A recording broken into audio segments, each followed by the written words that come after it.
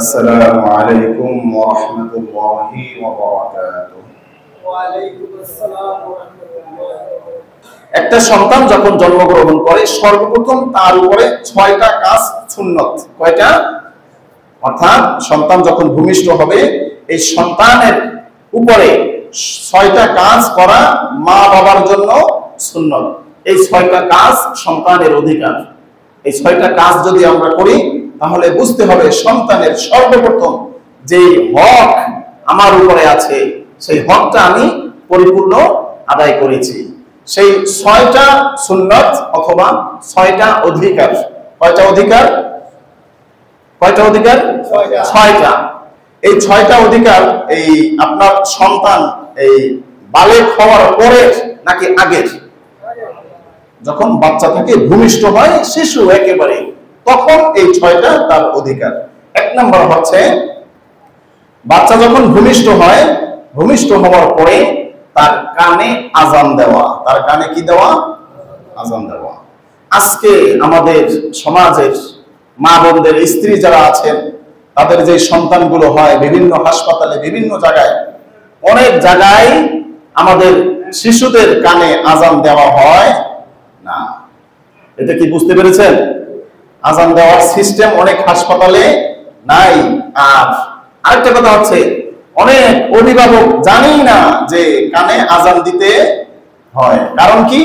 ওই অভিভাবক যারা সন্তান জন্ম দিচ্ছে ওদের কানেও আজান কখনো ঢোকে নাই।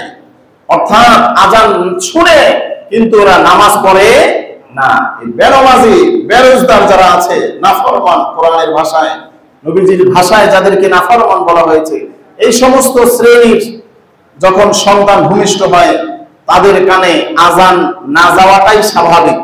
কারণ তারা তো যারা বড় আছে তারাই আজান শুনে না, তাহলে এই সন্তানকে আজান শোনায় আর কি করবে? তারা চিন্তা করে যে আস্তে আস্তে বড় হোক, একদিন বাইতুল মুকাররম নিয়ে যাব, সেখানে ইচ্ছা মতো আজান শোনায় নিয়ে আসবো। এটা হচ্ছে তাদের একটা ধারণা। তাহলে একটা শিশু যখন জন্মগ্রহণ করে সর্বপ্রথম তার উপরে দায়িত্ব কি? আজান। হযরত রাফি রাদিয়াল্লাহু তাআলা আনহু থেকে বর্ণিত হাদিসখানা, তিনি বলেন যে নবীজি সাল্লাল্লাহু আলাইহি ওয়াসাল্লাম যখন হযরত হাসান রাদিয়াল্লাহু তাআলা আনহু ভূমিষ্ঠ হলেন, সাইয়্যিদা শাবাবি আহলিল জান্নাহ, জান্নাতের যুবকদের সর্দার যে দুইজন, তাদের ভিতরে একজন হচ্ছেন কে? হযরত হাসান রাদিয়াল্লাহু তাআলা আনহু, আর একজন হচ্ছেন হযরত হুসাইন রাদিয়াল্লাহু তাআলা আনহু। ওয়াল হাসান ওয়াল হুসাইন সাইয়্যিদা শাবাবি আহলিল জান্নাহ। নবী সাল্লাল্লাহু আলাইহি ওয়াসাল্লাম তাদের দুইজন সম্পর্কে ঘোষণা দিয়েছেন যে জান্নাতের যুবকদের সরদার হবে হাসান এবং হুসাইন রাদিয়াল্লাহু তাআলা আনহু। এই হাসান রাদিয়াল্লাহু তাআলা আনহু যখন জন্মগ্রহণ করলেন, নবী সাল্লাল্লাহু আলাইহি ওয়াসাল্লাম তখন তার কানে স্বয়ং নিজে আজান দিয়েছিলেন। সুবহানাল্লাহ, সুবহানাল্লাহ। তাহলে সন্তান যখন জন্মগ্রহণ করে ভূমিষ্ঠ হয় সাথে সাথে সুন্নাত কি? তার কানে কি করা? আজান দেওয়া। এটা সন্তানের একটা অধিকার। সন্তানের কি? যখন একটা হবে হাদিস কেন হচ্ছে আন রাফি'in আন্না নবী সাল্লাল্লাহু আলাইহি ওয়াসাল্লাম আযানা ফি উযুনিল হাসান ইবনে আলী ফাতিমাতু বিস-সালাহ, যে এখানে নবী সাল্লাল্লাহু আলাইহি ওয়াসাল্লাম যে হাসান রাদিয়াল্লাহু তাআলা আনহুর কানে আযান দিয়েছেন সেটার বিস্তারিত আলোচনা হয়েছে। এইবার আমরা একটু আযান সম্পর্কে আলোচনা করব। আযান দিতে হবে ডান কানে। কোন কানে? ডান কানে। আর বাম কানে দিতে হবে ইকামত। ডান কানে আযান, বাম কানে ইকামত। আবার বলেন, ডান কানে কি? আযান, বাম কানে ইকামত। আচ্ছা, ছেলে এবং মেয়ে, সন্তান যদি ছেলে হয় অথবা মেয়ে হয়, দোনো জনার জন্য একই হুকুম। ছেলের ডান কানে আযান, মেয়ের ডান কানে আযান। ছেলের বাম কানে ইকামত, মেয়েরও বাম কানে কি? ইকামত। এই যে বলেছি এই সম্পর্কে কি আপনাদের অন্য কোনো ধারণা আছে নাকি? মাশাআল্লাহ। আচ্ছা, এবার আসি আযান কতটুকু জোরে দিতে হবে? মোটামুটি একেবারে উচ্চ স্বরে চিল্লাপাল্লা কইরা না, সন্তান যাতে শুনে আযানটা তাতেই যথেষ্ট হবে।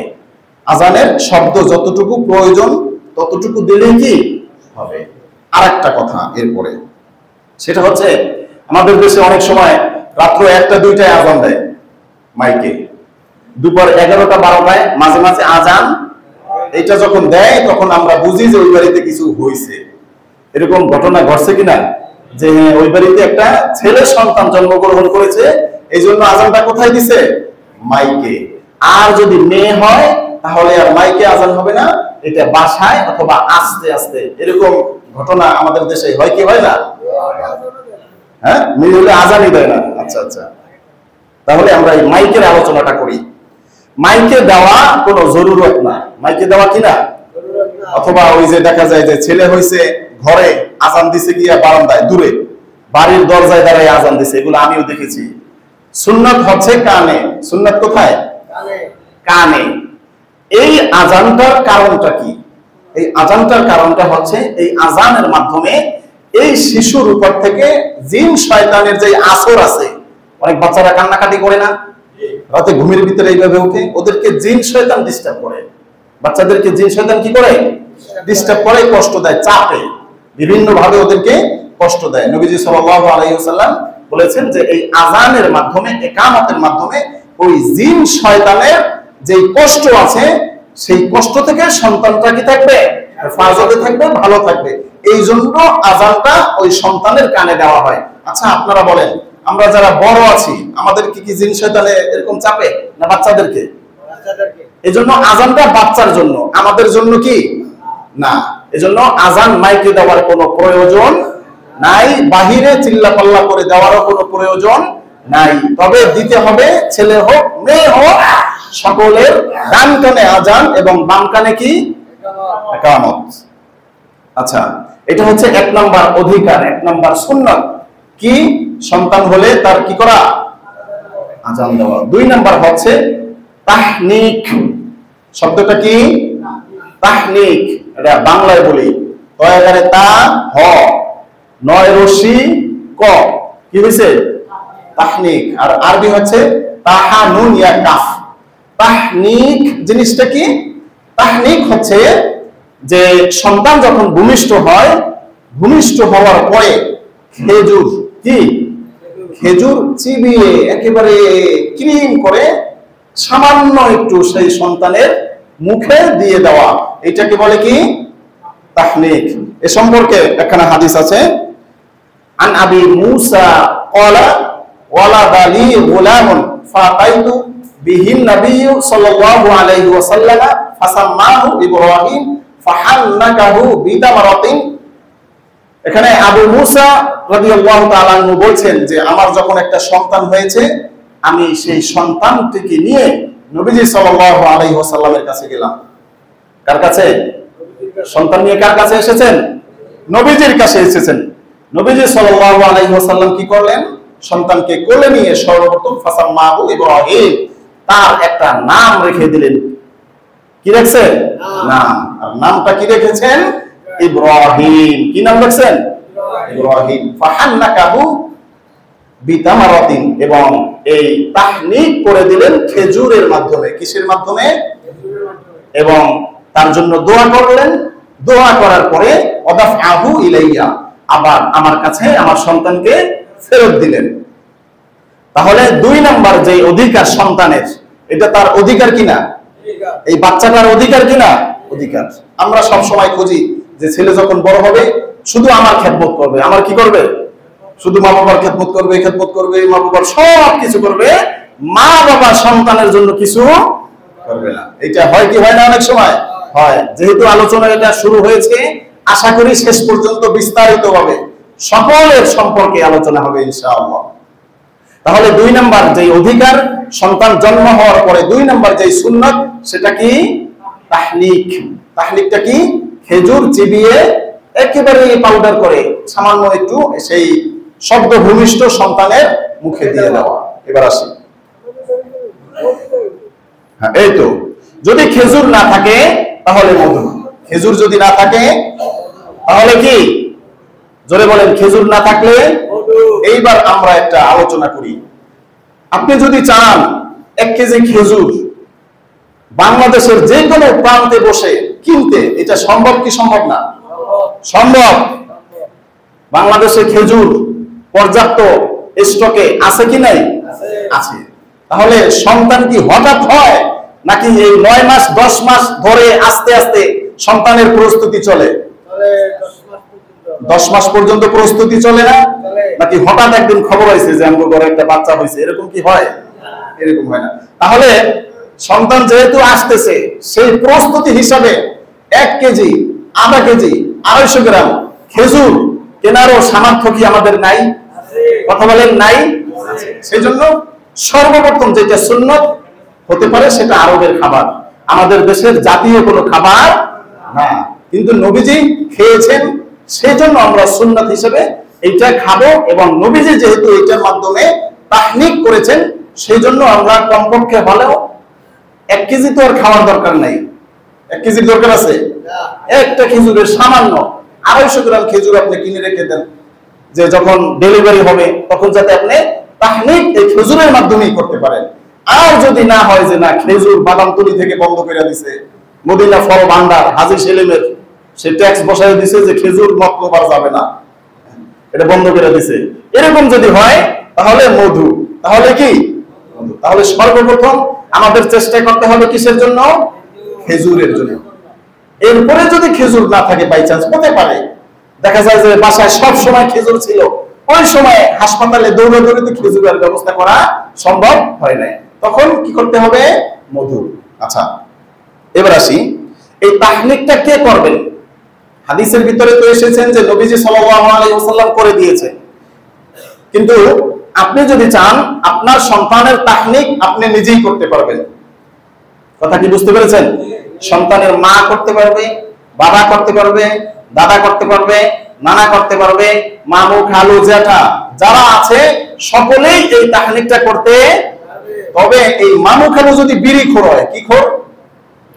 বিড়িখোর, বিড়ি কি খোর? এই বিড়িখোর যদি হয়, কারণ বিড়িখোর যারা আছে এদের মুখের ভিতরে জীবাণু কি থাকে, এই জীবাণু মুখ দিয়ে যদি আপনি তাহনিক করতে যান, তাহলে উপকারের চাইতে অপকারটাই বেশি হওয়ার সম্ভাবনা। কারণ এই বাচ্চা দুনিয়াতে আইসাই বিড়ি খাওয়া শুরু করবে, হ্যাঁ, কারণ আপনার মুখে তো বিড়ির গন্ধ। কথা বুঝতে পারছেন? এটা আমি এমনি বললাম, এটা করতে পারবেন। আপনার সন্তানকে নাতিরে যদি বিড়ি খাওয়ানো শুরু করতে চান, যে খা বিড়ি দিয়ে শুরু কর, এটা আপনার ইচ্ছা। কিন্তু যদি বিড়িখোর কেউ থাকে অথবা নেশা দ্রব্য পান করে, মুখের ভিতরে পায়রিয়া আছে, দাঁতের ভিতরে জীবাণু আছে, তাহলে তার না করাই কি ভালো। কারণ খেজুরটা দিয়ে নবীজি সাল্লাল্লাহু আলাইহি ওয়াসাল্লাম একটা পুষ্টিকর খাবারের সূচনা করেছেন। কথা বুঝতে পেরেছেন? তবে মা বাবা দাদা দাদি যারা ইচ্ছা সেই এই তাহনিকটা করতে তাতে কোনো সমস্যা। আবার যদি চায় যে মসজিদের ইমাম সাহেব একজন নেককার আলেম তার কাছে নিয়ে করবে, সেটাও জায়েজ। আবার যদি চিন্তা করে যে না, আমাদের বাড়িতে যারা আছে এদের মাধ্যমে আমি তাহনিকটা করাবো না, আমি খানকায় চলে যাব, হুজুরে আসছে, পীর সাহেব আছেন, সেখানে গিয়ে তাহনিক করানো জায়েজ, তাতে কোনো সমস্যা নাই। আচ্ছা, এগুলো হচ্ছে তাহনিক। তাহনিকের পরে 3 নম্বর অধিকার হচ্ছে আকিকা। 3 নম্বর অধিকার কি? আবার বলেন, 3 নম্বর অধিকার কি? আকিকা সম্পর্কে নবীজি সাল্লাল্লাহু আলাইহি ওয়াসাল্লামের হাদিস, আন সামুরা ইবনে জুনদুব রাদিয়াল্লাহু আনহু قال قال رسول الله صلى الله عليه وسلم كل غلام মুরতাহানুন বিআকিকাতিহি। নবী সাল্লাল্লাহু আলাইহি ওয়াসাল্লাম বলেছেন যে প্রত্যেক সন্তান যখন জন্মগ্রহণ করে তখন তার ভালো খারাপ অর্থাৎ তার সুস্থতা অসুস্থতা, শয়তানের জিন শয়তানের বদ নজর, এইগুলো একটা বিষয়ের সাথে আটকে থাকে, সম্পৃক্ত থাকে। একটা বিষয়ের সাথে কি থাকে? আটকে থাকে। কয় ভাই আমার ব্যাপারটা সমাধান করলেন না, তখন কি বলে অনেকে যে তোর সাথে একটা ব্যাপার আছে, এটা শেষ করে নেই, এরপরে ওইটা সমাধান হবে। এরকম অনেক সময় বলে, কি বলে না, যে আমাদের বাড়ির সামনে রাস্তাটা হওয়ার কথা, স্যাংশন হয়ে গেছে, টেন্ডার হয়েছে, কাজটা এখনো হচ্ছে না কেন? চেয়ারম্যান তখন কি বলে যে আরো একটা ব্যাপার আছে, ওই ব্যাপারটা শেষ হোক, এরপরেই রাস্তা কি হয়ে যাবে। নবী সাল্লাল্লাহু আলাইহি ওয়াসাল্লাম বলেন যে সন্তান যখন ভূমিষ্ঠ হয় তার সাথে আকিকার সাথে একটা বিষয় থাকে, এই আকিকা যতক্ষণ পর্যন্ত না দেওয়া হয় তখন তার সেই বিষয়গুলো ঝুলন্ত থাকে, ফয়সালা করা হয় না। এজন্য সন্তান ভূমিষ্ঠ হওয়ার পরে আকিকা দিতে হবে। কি দিতে হবে? আকিকা। আকিকা কতদিনের ভিতরে দিতে হবে? 7 দিনের মাথায়। কখন দিতে হবে? এই আকিকা সন্তানের কয় নাম্বার অধিকার? 3 নাম্বার। 1 নাম্বার হচ্ছে আযান। 1 নাম্বার কি? আযান।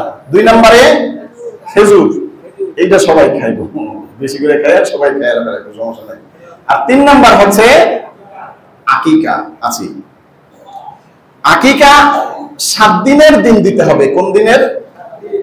7 নাম্বার দিন। 1 নাম্বার মাসের 1 তারিখ সন্তান ভূমিষ্ঠ হয়েছে, 7 তারিখ গিয়ে তো তার আকিকা নাকি।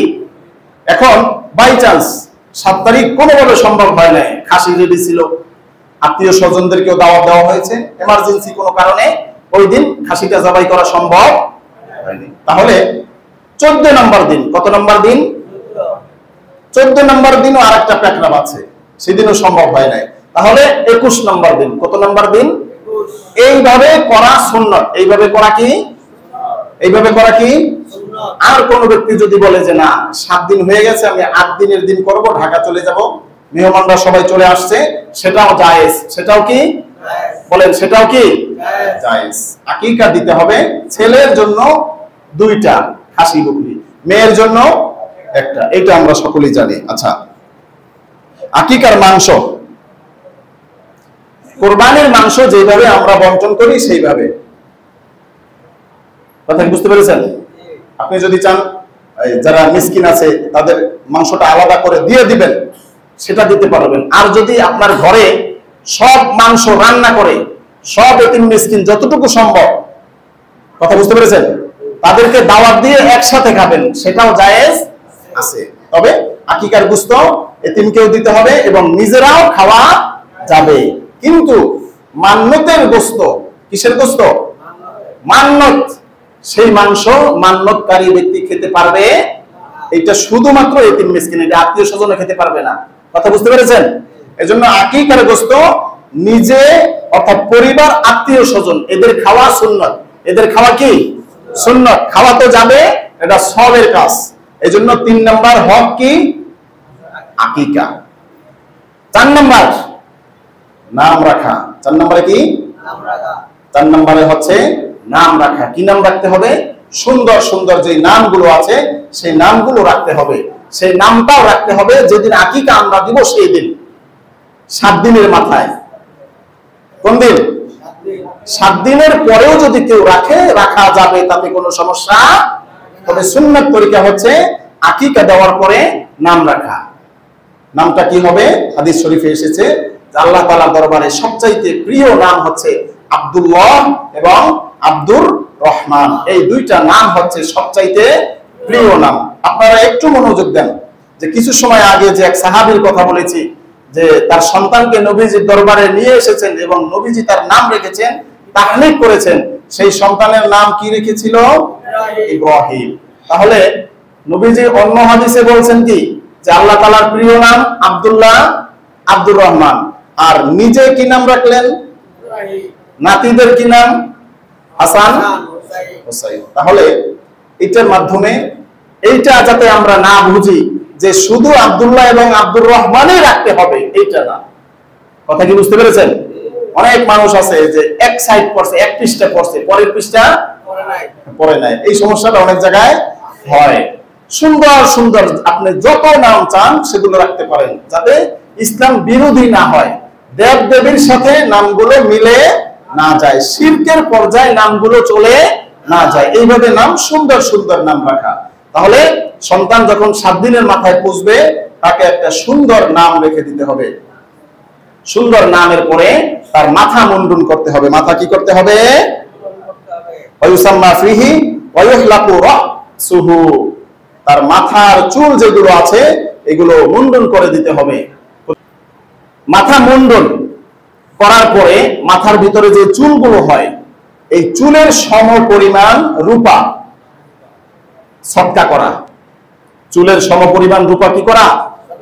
সদকা করা। এইটাও কি সুন্নাত। এইটাও আপনার সন্তান যেটা ভূমিষ্ঠ হয়েছে তার অধিকার।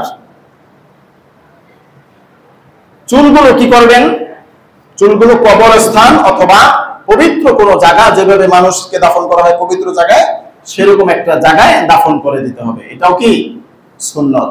তাহলে মাথা মুন্ডন করতে হবে 7 দিনের মাথায়, এবং মাথার ভিতরে যে চুলগুলো হবে সেই চুলগুলো এক পালায় দিবেন, অথবা যেভাবেই হোক, যে চুলগুলো কতটুকু ওজন হয়েছে, এই চুল তো আর বেশি হয় না, 1-2 কেজি হয় চুল, কয়েক গ্রাম। এটা যদি কষ্ট করে স্বর্ণকার যারা আছে তাদের দোকানে নিয়ে একটা পোটলা করে দিয়ে দেন যে এটা একটু মেপে দাও, তাহলে ওখান থেকে আপনারা একদম অ্যাকুরেট মাপটা পেতে পারবেন। তখন ওই চুলের সমপরিমাণ রূপা যেটা আছে, রূপার সমপরিমাণ টাকা আপনি দান করে দিবেন। কথা বুঝতে পেরেছেন? আচ্ছা, এরপরে হচ্ছে কয় নম্বর গেল আমাদের? 5 নম্বর। 6 নম্বর হচ্ছে খতনা করা। 6 নম্বর কি করা? খতনা করা। নবীজি সাল্লাল্লাহু আলাইহি সাল্লাম আল ফিতরাতু খামসুন আল খিতান, যে ফিতরাতের অন্তর্ভুক্ত 5টা বিষয় আছে। কয়টা বিষয়? অর্থাৎ স্বভাবজনিত, স্বভাবের অন্তর্ভুক্ত। কিসের অন্তর্ভুক্ত? সামনের দিকে হাঁটা, এটা মানুষের স্বভাব। কথা বুঝতে পেরেছেন? মাইর খাইলে কান্না করা, চোখ থেকে পানি আসা, এটা চোখের স্বভাব। শীত যখন আসে তখন খেতা কম্বল গায়ে দিতে হয়, এটা শীতের স্বভাব। নবীজি বলেন আল ফিতরাতু খামসুন, মানুষের এইভাবে 5টি স্বভাব আছে, ফিতরাত আছে। তার ভিতরে 1 নম্বর ফিতরাত হচ্ছে আল খিতান, খতনা করা। কি করা? খতনা করা। 2 নম্বরে ওয়াল ইস্তিহদাত, লজ্জা স্থান পরিষ্কার রাখা, ওয়ানুতফুল ইবতি, বগল পরিষ্কার করা, ওয়া তাকলিমুল আজফার, মোষ কাটা, ওয়া কসসুশ শারিব, নখ কাটা। এগুলো আমরা স্বাভাবিকভাবে করি কি করি না? যে মুসলমান সেও করে, যে মুসলমান না সেও করে, করে কি করে না? ধনী গরিব কালো ধলা যারা আছে দেশি বিদেশি সকল মানুষ এই কাজগুলো জন্মগতভাবে স্বভাবগতভাবে কি করে কি করে না? করে। তাহলে 5 নাম্বার যে সুন্নাত, 5 নাম্বার যে অধিকার, সেটা হচ্ছে কি? খতনা করা। সেটা কি করা? খতনা করা। আচ্ছা, খতনা কতদিনের ভিতরে করতে হবে? কতিপয় মুফাসসিরিনে কেরাম বলেছেন 7 দিন থেকে 7 বছরের ভিতরে। কয় দিন থেকে? 7 দিন। সন্তানের বয়স যখন 7 দিন হয়, সেই 7 দিন থেকে কয় বছরের ভিতরে? আমার এখানে একটা মক্তবে বাচ্চা পড়ে, তো বড় হয়ে গেছে, এটা কই মুসলমানের করাইছে কয়েকদিন আগে, বিশাল, চিনছেন কিনা? হ্যাঁ, 7 দিন থেকে 7 বছরের ভিতরে মুসলমানি। আবার কেউ কেউ বলেছেন যে 1 বছর থেকে 5 বছরের ভিতরে, এটাও মোটামুটি মানা যায়, সমস্যা নাই। আর ডাক্তারগণ বলেছেন যে 7 দিন থেকে 2 মাস, 7 দিন থেকে 2 মাসের ভিতরে যদি করানো হয় তাহলে উপকার কি হবে? যে বাচ্চার ঘাও দ্রুত শুকাবে। ঘাও কি হবে? দ্রুত শুকিয়ে যাবে, ব্যথা কম হবে এবং সংক্রমণ হওয়ার ঝুঁকি কম থাকে। কথা কি বুঝতে পেরেছেন? আচ্ছা, তাহলে আমরা আজকের আলোচনা এখানে শেষ করব। আমরা একটু পড়ি যে সন্তান ভূমিষ্ঠ হওয়ার পর থেকে তার উপরে মা বাবা কয়টা কাজ? কয়টা? 6টা। 1 নম্বর আযান। 1 নম্বরে কি? 2 নম্বরে তাহনিক, হাজুর, তাহনিক কোন? এই তাহনিক সম্পর্কে আমাদের বাংলাদেশের একজন আলেম আছে, আল্লামা মামুনুল হক, নাম শুনছেন না সবাই? ওনার একটা ভিডিও আপনারাও দেখবেন, হয়তোবা খেয়াল করেন নাই। ব্যাপারগুলো কি হয়, যাকে আমার ভালো লাগে না অথবা যার বিরুদ্ধে করতে চাই, অথবা আমার ইউটিউবে ভিউজ বাড়াইতে চাই, যেটা হোক, তারা কি করে, এক একজন ওলামায়ে কেরামের ছোট্ট 2 সেকেন্ডের একটা ভিডিও নিয়ে আসে। কয় সেকেন্ড? আচ্ছা, আমি এখানে কথা বলেছি প্রায় আধা ঘন্টা হয়েছে। আধা ঘন্টা শেষে আমার এই বক্তব্যটা পরিপূর্ণ বক্তব্য হবে, ঠিক কিনা? নাকি 1 মিনিট আধা মিনিটে আমার বক্তব্য শেষ করেছি? আধা ঘন্টা যা বলেছি পূর্ণটা মিলিয়ে একটা কি বক্তব্য। এই মামুনুল হক সাহেবের একটা ভিডিও আমি দেখেছি যে উনি একটা বাচ্চাকে তাহনিক করছেন, খেজুর দিচ্ছে মুখে, আর ওই ইউটিউবার লিখে দিচ্ছে যে দেখুন দেখুন ধর্ম ব্যবসায়ীরা কি শুরু করেছে। সুন্দর কথা, কিন্তু ধর্ম ব্যবসায়ীরা কি শুরু করেছে ও নিজেও জানে না যে ও কি করছে। কথা কি বুঝতে পেরেছেন? যে মামুনুল হক সাহেব যেটা করেছেন এটা কি সুন্নাত। যে ব্যক্তি নিয়ে এসেছেন সে বরকতের জন্য নিয়ে এসেছেন, অথচ সে কি বলে চালিয়ে দিল, দেখুন দেখুন ধর্ম ব্যবসায়ীরা কি শুরু করেছে। এরপরে কমেন্টের ভিতরে ঢুকলে দেখবেন যে কি লিখছে, যে এরা ধর্ম অন্ধ। এরা কি ধর্ম অন্ধ, ধর্ম সম্পর্কে এদের কোনো ধারণা নাই। এরা পীরদের কাছে যায়, এরা আলেমদের কাছে যায়, এই নানা কথাবার্তা। তাহনিক সম্পর্কে কি কথাটা বললাম। তাহলে তাহনিক। 3 নম্বরে কি? তাহনিক। 4 নম্বর আকিকা। 4 নম্বর কি? 5 নম্বর নাম। 5 নম্বর কি? 6 নম্বর মুসলমানি। এটা সাথে সাথে করলেও হয়, যদি 5-7 বছর আপনি সময় নেন তাতেও সমস্যা নাই। আল্লাহ পাক রব্বুল আলামিন আমাদের সকলকে সকলের অধিকার, সন্তানের যে অধিকার আছে সেইটা যথাযথভাবে পালন করার তৌফিক দান করুক বলে আমিন। এবং মা বাবার প্রতি যে অধিকার আছে সেইটাও যথাযথভাবে পালন করার তৌফিক দান করুক বলে আমিন। ওয়া আখিরু দাওয়ানা আলহামদুলিল্লাহি রাব্বিল আলামিন। সুন্নাত